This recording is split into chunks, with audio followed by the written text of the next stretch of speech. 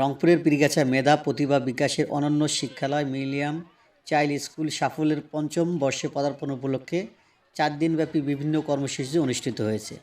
৪ দিনব্যাপী বিভিন্ন কর্মসূচির অনুষ্ঠানে শুধু সমাবেশের পাশাপাশি ২০২৫ শিক্ষাবর্ষের চূড়ান্ত ফলাফল প্রকাশ, পুরস্কার বিতরণ, চড়ুইভাতি ও স্কুলের শিক্ষার্থীদের মনোজ্ঞ সাংস্কৃতিক অনুষ্ঠান পরিবেশন করা হয়। এর আগে ক্যাম্পাস চত্বরে ক্রীড়া প্রতিযোগিতা এবং বিভিন্ন রকমের পিঠা উৎসব অনুষ্ঠিত হয়।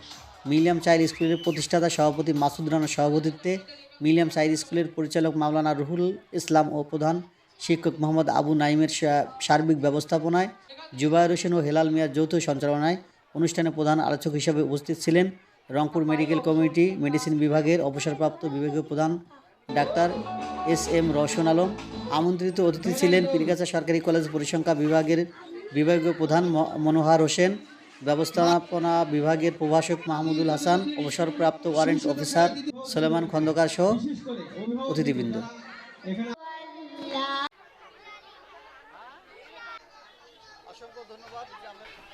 আমার বাচ্চাকে আমি পীরগাছা রংপুর আইজিএস ইংলিশ ভার্সনে পড়াতাম।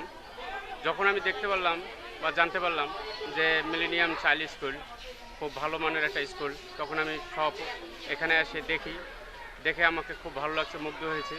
এবং বাস্তবে আমি দেখতেছি পড়াশোনায় এখানকার প্রধান শিক্ষক সহ প্রতিটা শিক্ষক খুবই মনোযোগী।